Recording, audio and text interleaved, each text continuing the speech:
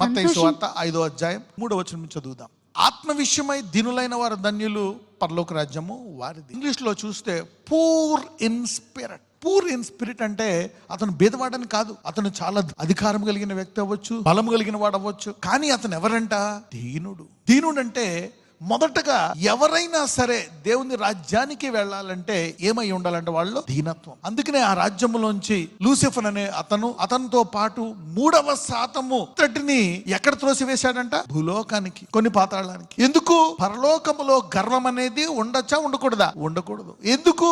యేసుప్రభు వారు ఒక మాట అంటారు, ప్రయాసపడి సమస్తము భారం మోసుకొని వచ్చిన ప్రజల నా వద్దకు రండి, నేను మీకు విశ్రాంతిని కలుగజేస్తాను. ఆ కింద ఒక మాట ఉంటుంది, ఎవరికైనా తెలుసా? నేను సాత్వికుడను, దీన మనస్సు కలిగిన వాడు. ఏదైనా సరే ఒక అరక్షణంలో భూమిని మార్చేయగలను. I'm so powerful. అలాంటిది నేను వచ్చి మీరు కొరడాలతో కొట్టి నుజ్జు చేస్తుంటే మీ పాపం తీసుకొని క్షమించాడే, అది నా దీనత్వం అంటున్నాడు ఆయన. అంటే ప్రతి మనిషిని పరీక్షిస్తాడంటే ఈ వ్యక్తి ఎంత దీనుడు. అందంగా ఉన్నాడు, అందంగా ఉంది, మంచి బట్టలు, మంచి ఉద్యోగం, మంచి చదువు అన్నీ ఉన్నాయి, దీనివల్ల అతని గర్వం పెరిగిపోయిందా?